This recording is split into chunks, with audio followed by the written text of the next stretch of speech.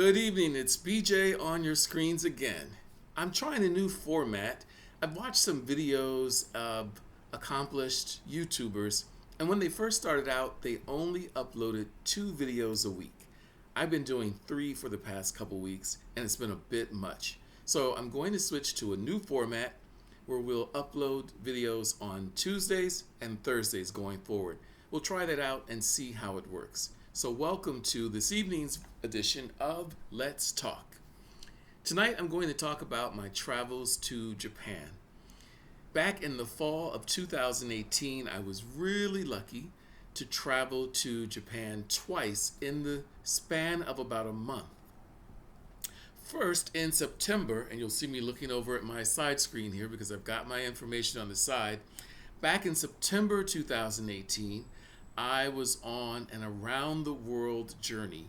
In previous episodes, I told you guys about my around the world trips.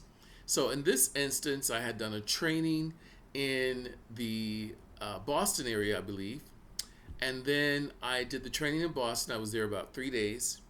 And then from there, I flew down to New York City, where I took a plane from, I think it was JFK on Qatar Airways, over to Prague, Czechoslovakia. So maybe it wasn't Qatar Airways. Anyway, I flew from Boston to New York, and then from New York to Prague, Czech Republic. Beautiful country. I was only there about literally 2.5 days, but I was staying in this gorgeous 5-star hotel right on a river in the historic district. I did as much as I could in the 2.5 days, in between working, of course, because I had 2 presentations to do in the 2 days. But I got to see a bit of Prague, and it was absolutely gorgeous. I'll drop some pictures in. I'm learning how to edit the pictures in. You may have seen in the last video, I had some pictures at the beginning of the video and at the end. I'm still trying to figure out how to insert the pictures in the middle of the video as I'm actually talking about the subject. We're getting there. Be patient with me. I'm still new at this. So, from Boston to New York, then to Prague, Czech Republic, then next I flew on to Japan. And I was in Kyoto, Japan in September 2018. I can tell you this. I flew into, what was it called? I flew into Tokyo, the major city. I don't know why I had a brain fart there. But I flew from Prague, Czech Republic to Tokyo, major city in Japan. But I didn't stay there. What I did was I left the airport and I got on a train to Osaka. Oh, no, I'm sorry. A train to Kyoto. So let me talk about that. So you arrive in Tokyo. They have, I think, 2 major airports there. I arrived in Tokyo at the airport. I got information on how to get over to the train. So I took like a sort of a above ground subway, and then I got to what's called the Shinkansen maglev bullet train. This is a train that doesn't move on wheels.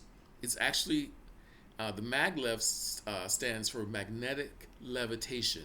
So they have really powerful magnets that allow the train to hover above the tracks, and the friction that's caused by the magnets allows the train to glide effortlessly across those tracks at speeds currently up to 350 miles per hour. And they've been tested at higher speeds, but the Japanese government has decided for now that 350 is the maximum they'll use for passenger trains.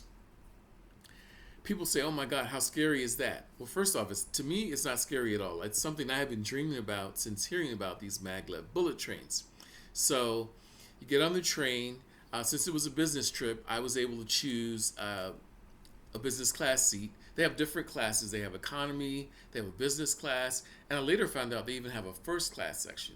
But I chose business class since I was on a business trip. You get on and you can choose your assigned seat. So I chose my seat by the window, of course, and there's lots of room in between these business class seats, almost like business class plane seats. And you can order food on the train and drinks and all this. But I was fascinated by looking out the window. And I did a test to see how smooth the ride was. I ordered a bottle of water, and over there the water comes in glass bottles, not plastic. I sat it on the lip of the train window because the train window had a nice flat lip. I sat the bottle of water there, and even at speeds of hundreds of miles per hour, the water barely vibrated. That's how smooth the ride was. It was quieter and smoother than any that I've been on in the U.S.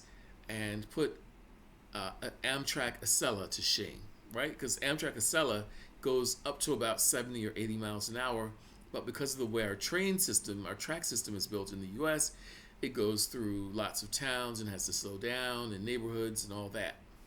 The Shinkansen has been built and designed where it can fly at high speeds all the way across the country and get you hundreds of miles across Japan in a few hours. So I took the Shinkansen maglev bullet train from Tokyo down to Kyoto, and I arrived in Kyoto, got a taxi, and they have these beautiful old Toyota taxis. They almost look like old school black limousines. I'll see if I can get pictures, if I have pictures of that, and inserted either in the video at this point or at the end so you can see them. Gorgeous old taxis. And if you're into cars and trains, things that I'm into, this trip was like, it was paradise. I mean, I couldn't have asked for more, especially since I was on the company dime and not paying a penny. And then I arrived and got to a really nice hotel. I don't remember the name of that. I'll post it in here somewhere. Nice hotel. And it was all Japanese style. So they had lots of like low slung furniture, and they had some like the restaurants in there had like the shoji screens and bamboo. They had a big courtyard, a bamboo courtyard with koi fish, and it was amazing. Something that I have to tell you before I forget. I'm walking around Kyoto, and in the city they have these little canals, right? So I grew up in Miami. We have canals in Miami. You have turtles in there. Sometimes you have fish in there. But our canals are kind of usually dark green, or the water's dark and murky. Not so in Kyoto. The streams were crystal clear, and there were koi fish swimming up and down in these canals in the city. The other thing I want to talk about is I've been to Japan twice, and I could not find a speck of trash on the ground anywhere in the places that I was in. I've heard that there are other areas that from the places that I visited that are more normal, if you will, but the places that I was in Kyoto and Osaka, I saw no trash. Incredibly clean. So, I had an amazing time in Kyoto. The hospitality there was great. The food was delicious. I'll say this again, too. The Japanese American style food we get here in the States does not compare to what you get when you're in Japan. The fresh food, the freshness of the meat, they're famous for the Wagyu beef.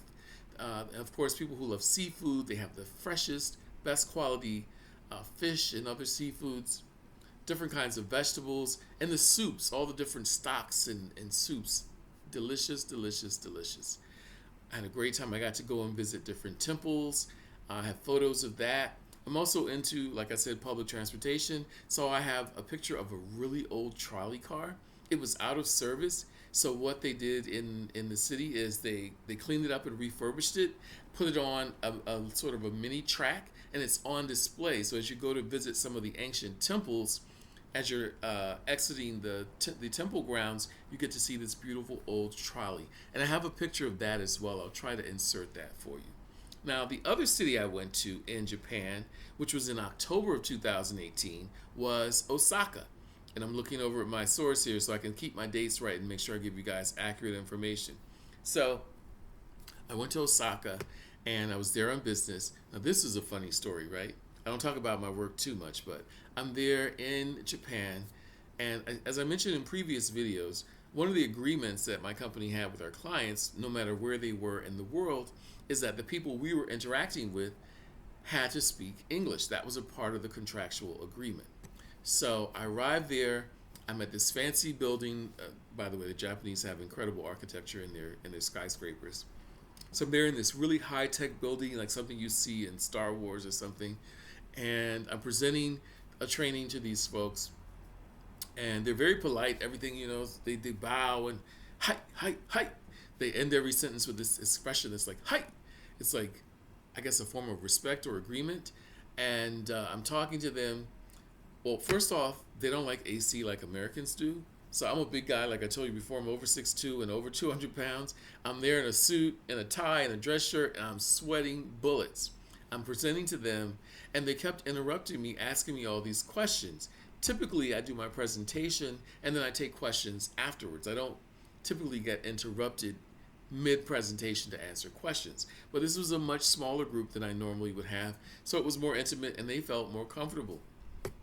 They started asking me all these questions I couldn't answer. I had to pull out a notepad and take notes. And I had to be very careful how I answered them because I had been warned by my colleagues that with the Japanese, if you say something, they take, word is bond there. If you say it, it's written in stone. So I had to be very careful what I said to them. I happened to mention to them that at our U.S. office, we had hired a Japanese speaking citizen who was on our customer care team.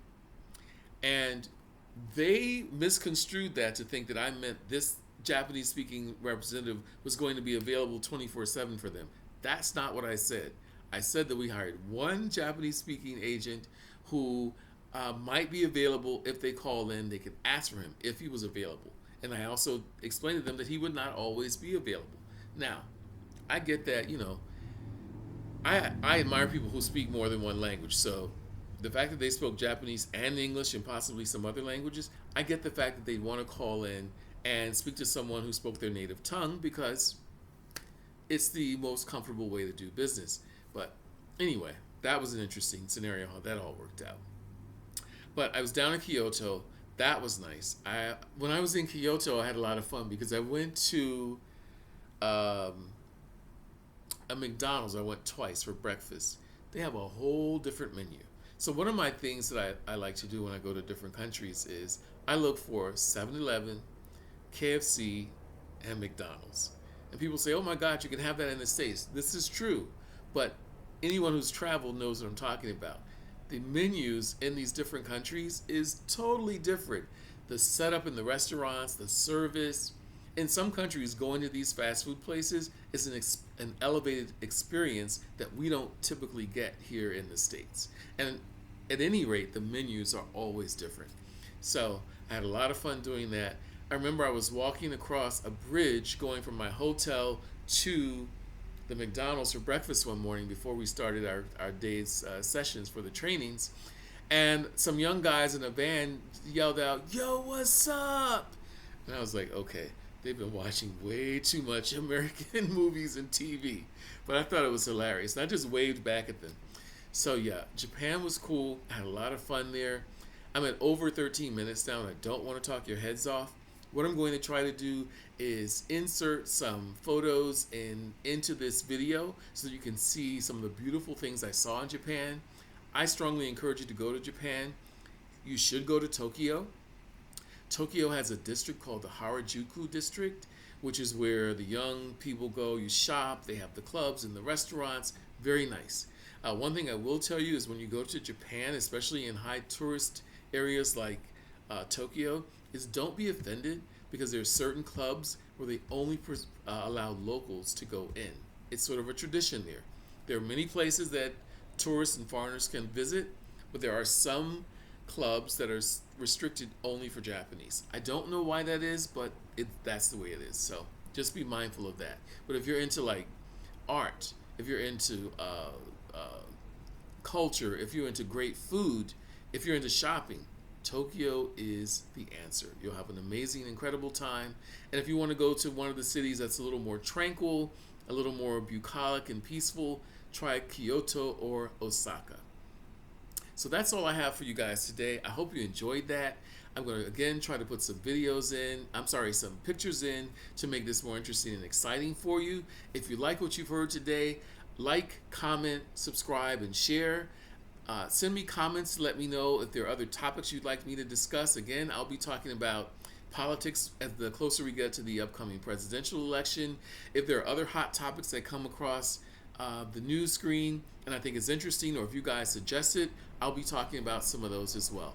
Thanks for joining me. Have a great day, and I will see you again on Tuesday. Peace.